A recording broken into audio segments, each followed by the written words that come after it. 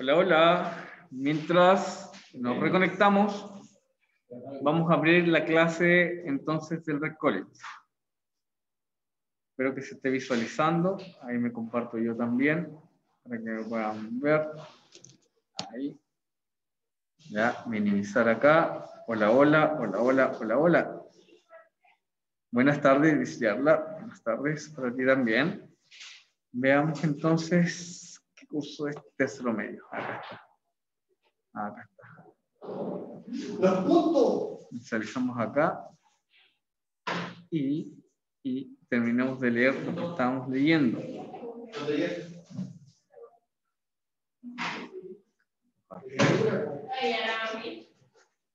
Los puntos de literatura.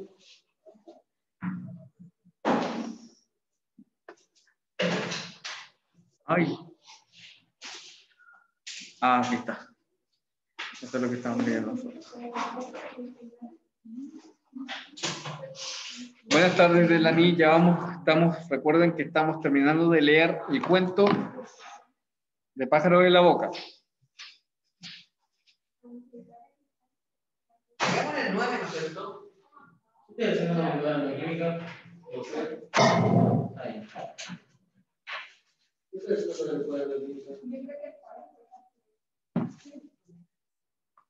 Ahí. Ya.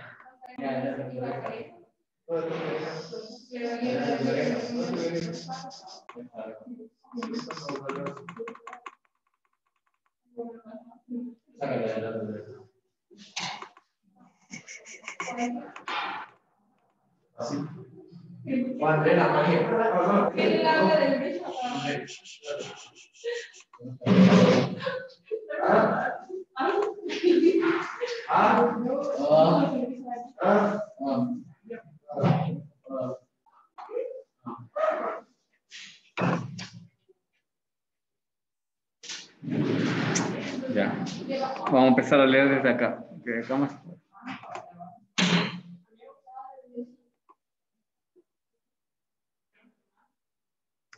Ya. Comencemos entonces a terminar la lectura. Recuerden que estamos leyendo un pequeño cuento a modo de ejemplificación de lo que vamos a hacer con respecto a la sinopsis. ¿No se ve bien? No. Algo más corto entonces, ¿por qué no se ve bien? No, por el tema de la iluminación.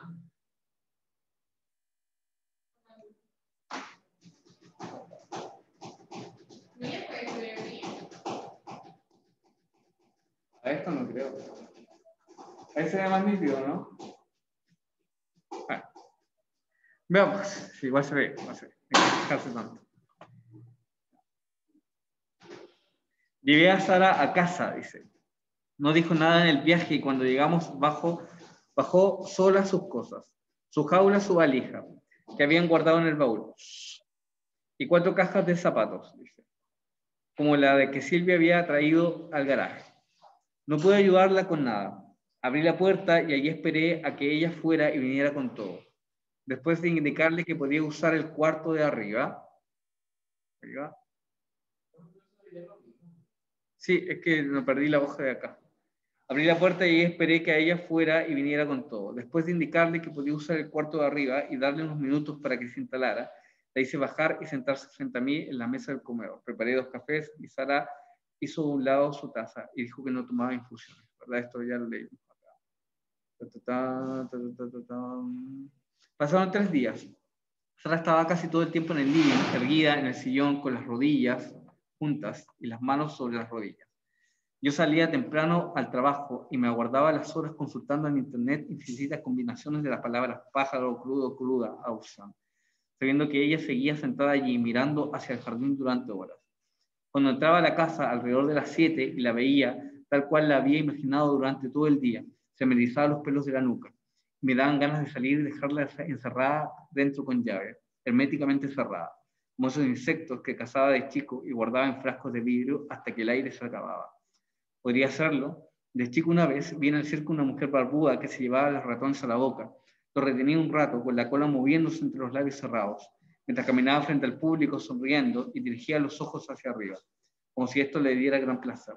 Ahora pensaba en esa mujer casi todas las noches, dando vueltas en la cama sin poder dormir. considerando la imposibilidad de internar a Sara en un centro psiquiátrico. Quizá podría visitarla 1 o 2 veces por semana.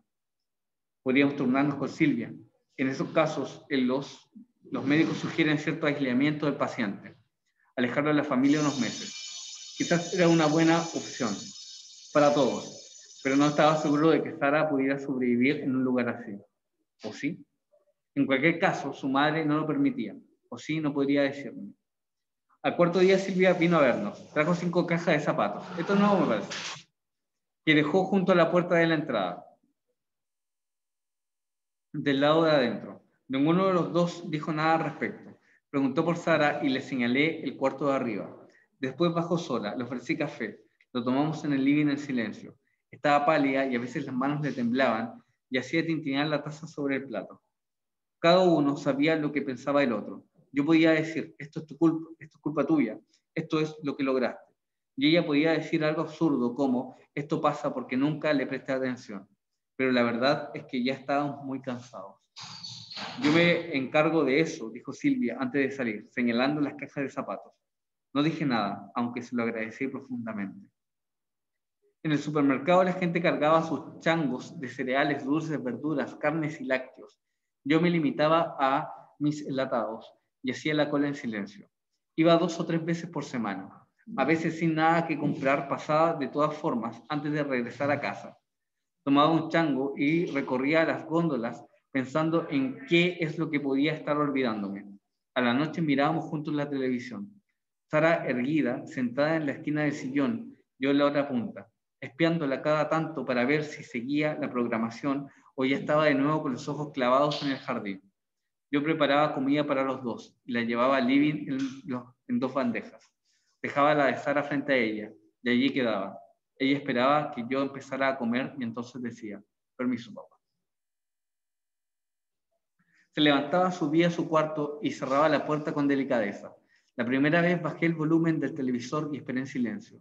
Se escuchó el chillido agudo y corto.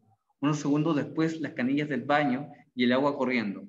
A veces bajaba unos minutos después, perfectamente peinada y serena.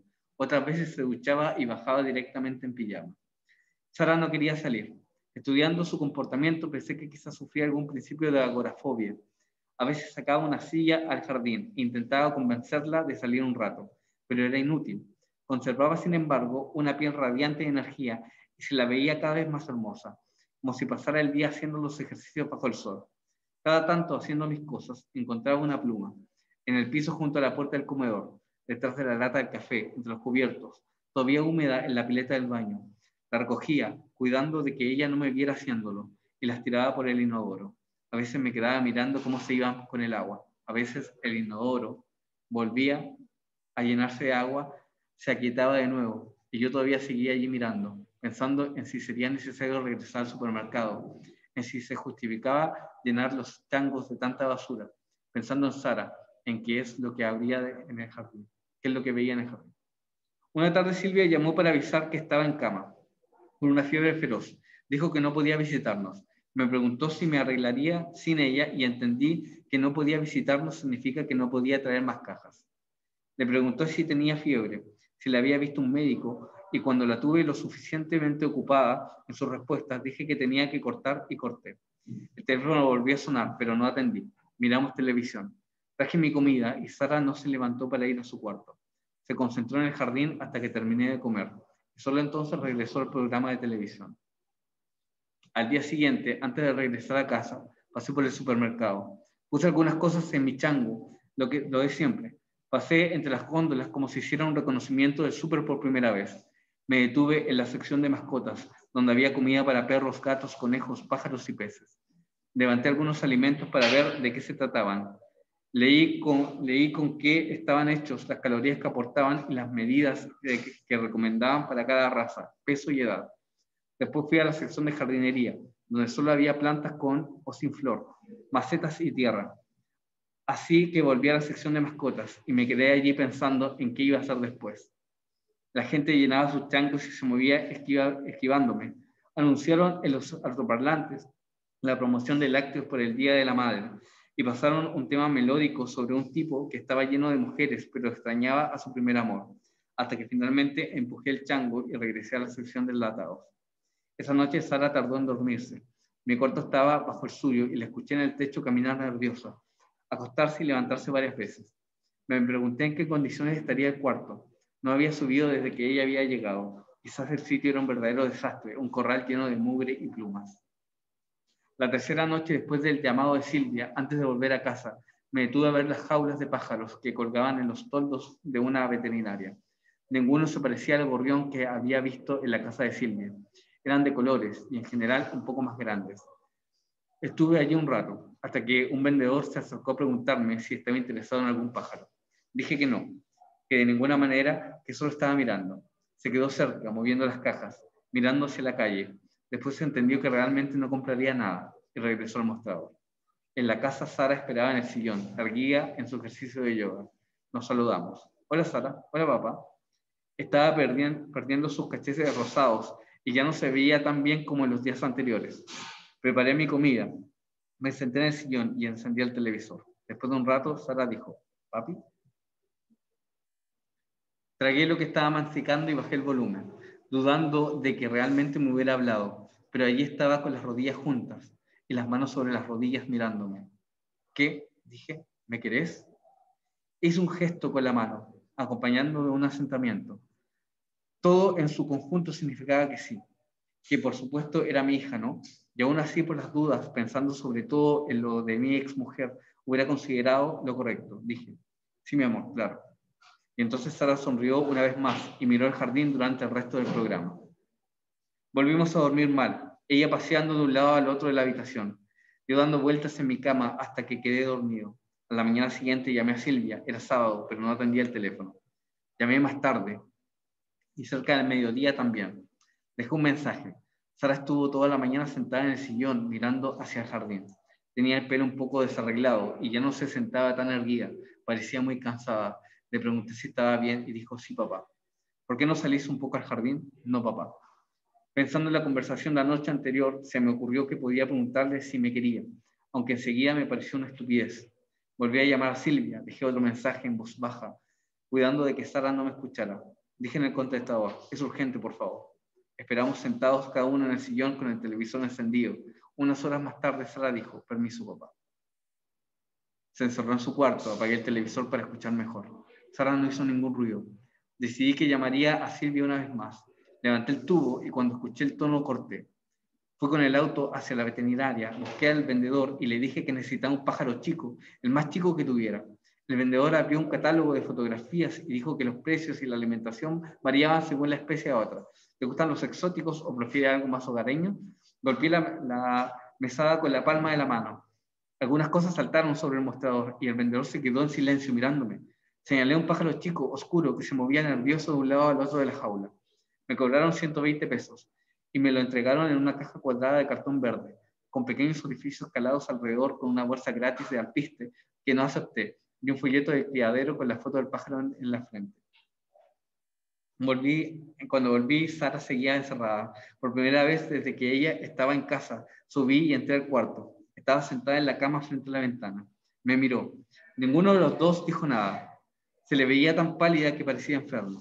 El cuarto estaba limpio y ordenado, la puerta del baño entornada. Había unas 20 cajas de zapatos sobre el escritorio, desarmadas, de modo que no ocuparan tanto espacio. Y apiladas prolijamente unas sobre otras, la jaula colgaba vacía cerca de la ventana. En mi mesita de luz, junto al velador, el portarretratos se había llevado de la casa de la madre. El pájaro se movió y sus patas se escucharon sobre el cartón, pero Sara permaneció inmóvil. Dejé la caja sobre el escritorio y sin decir nada, salí del cuarto y cerré la puerta. Entonces me di cuenta de que no me sentía bien. Me apoyé en la pared para descansar un momento.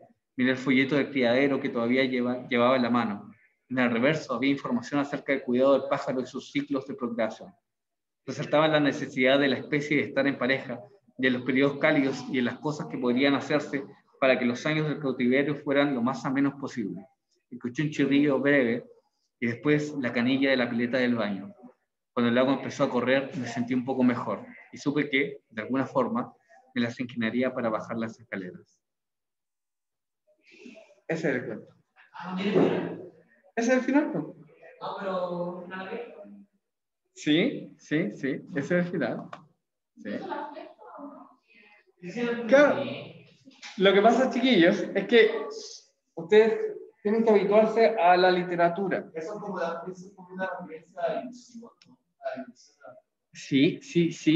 Un buen cuento, tal como tú dices, tiene muchísimas interpretaciones, ¿ya?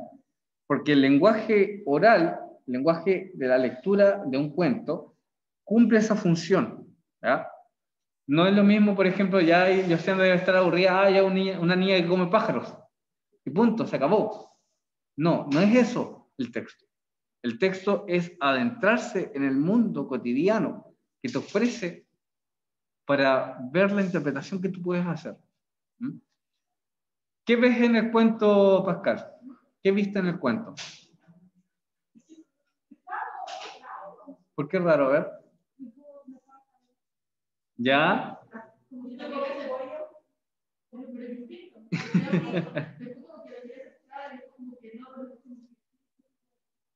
Claro, porque la experiencia misma, ya vertiginosa de decidir o no, o de entender ¿ya? Lo que le está pasando a la hija.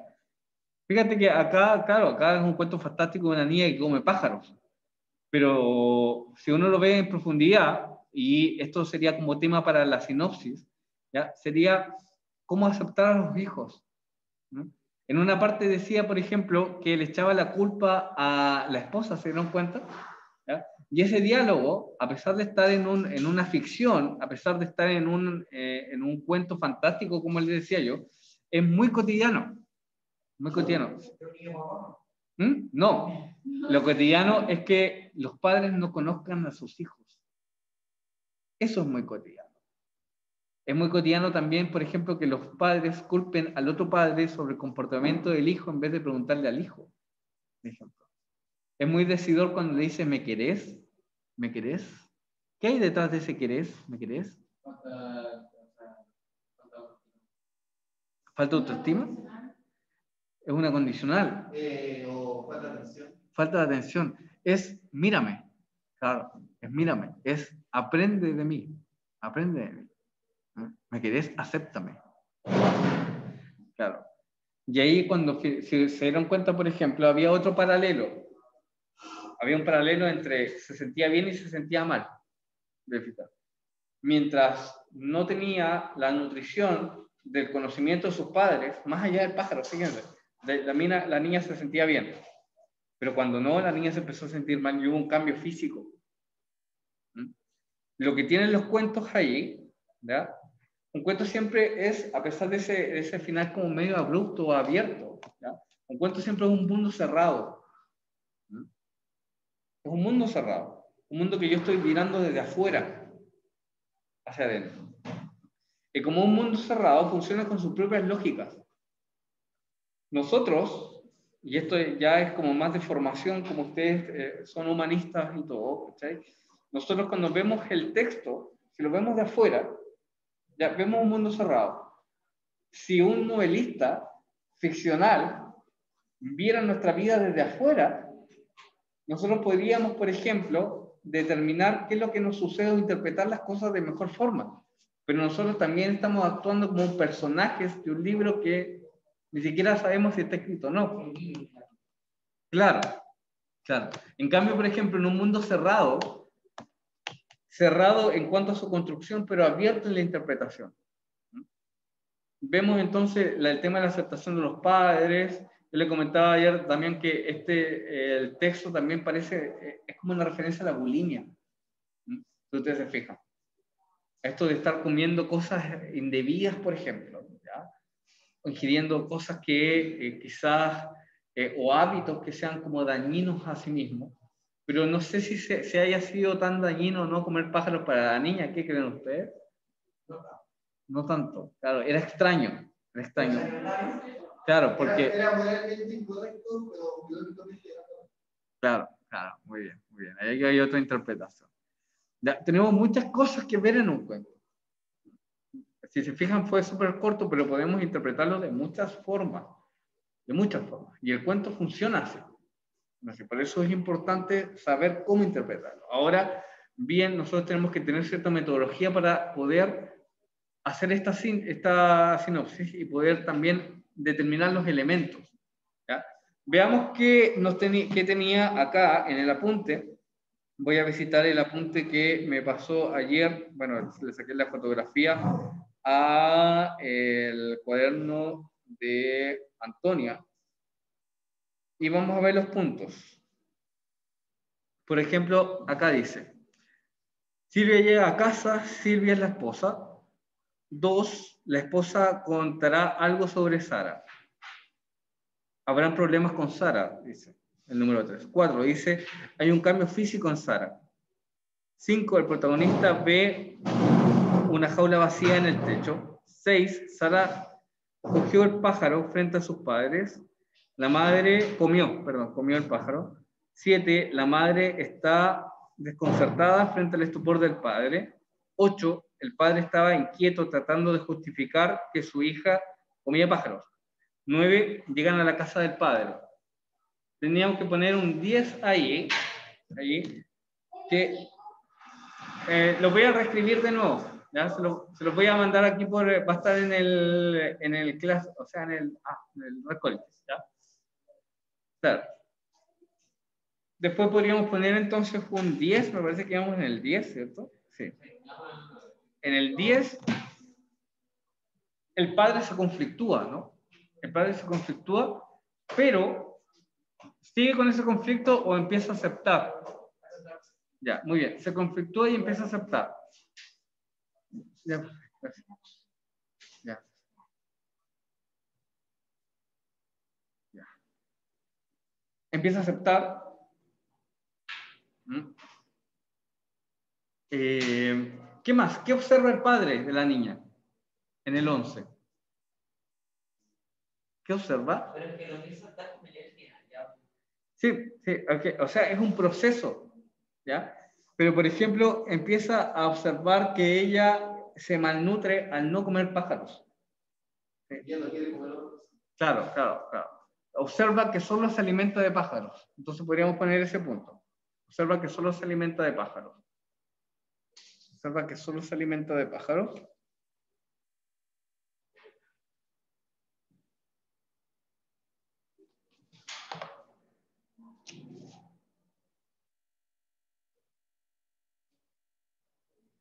¿Qué más pasa, chiquillos? ¿Quién enferma? La mamá. La madre, muy bien. La madre enferma. ¿Y el padre qué tiene que hacer? ¿Cómo se llama la madre? Silvia enferma. Sí, Silvia enferma. ¿Y el padre qué es lo que tiene que hacer? Comprar un pájaro al mismo. Claro, comprar un pájaro. La madre enferma y... No, de verdad, no es una excusa para llevar los pájaros. No se sabe. No se sabe, pero ahí dice que está enferma nomás. Ah, yo lo tengo. Sí. La madre enferma y el padre debe entonces comprar un pájaro para su hija. Eso podríamos anotar.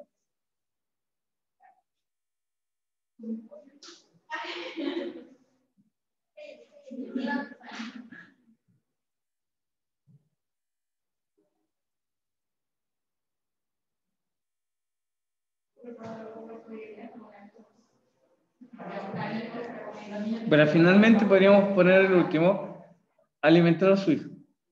Eso sería como la última acción.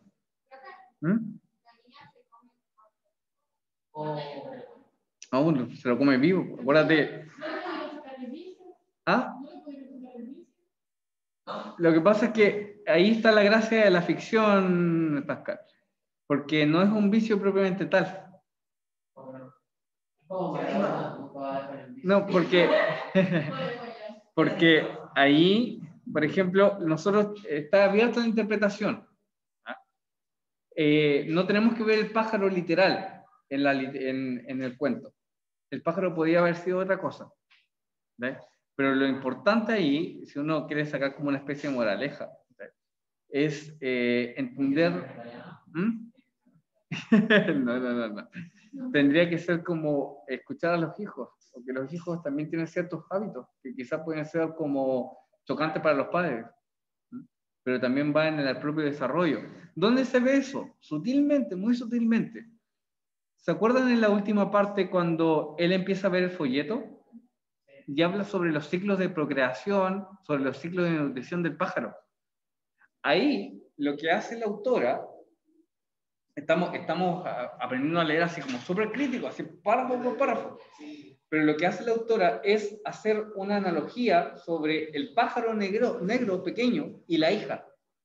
Entonces le está diciendo al padre, mira los hábitos de tu hija, mira cómo crece, aprende cómo va creciendo. Y esa es como la especie de moraleja que hay. ¿Es fácil o no, para ir concluyendo, es fácil o no leer un cuento? No me gustó al final, sí, abrupto. Pero más... Y avanzó un momento en el que pasé a ir a casa de la mía. Claro, que la madre le ponía un plato de video ahí, pues, No, hay que ver y hay que entender de lo complejo que son los cuentos. ¿Ya? Ya, chiquillos, nos vemos en la próxima clase. Chao, chao. Chao, chao, chiquillos. Chao.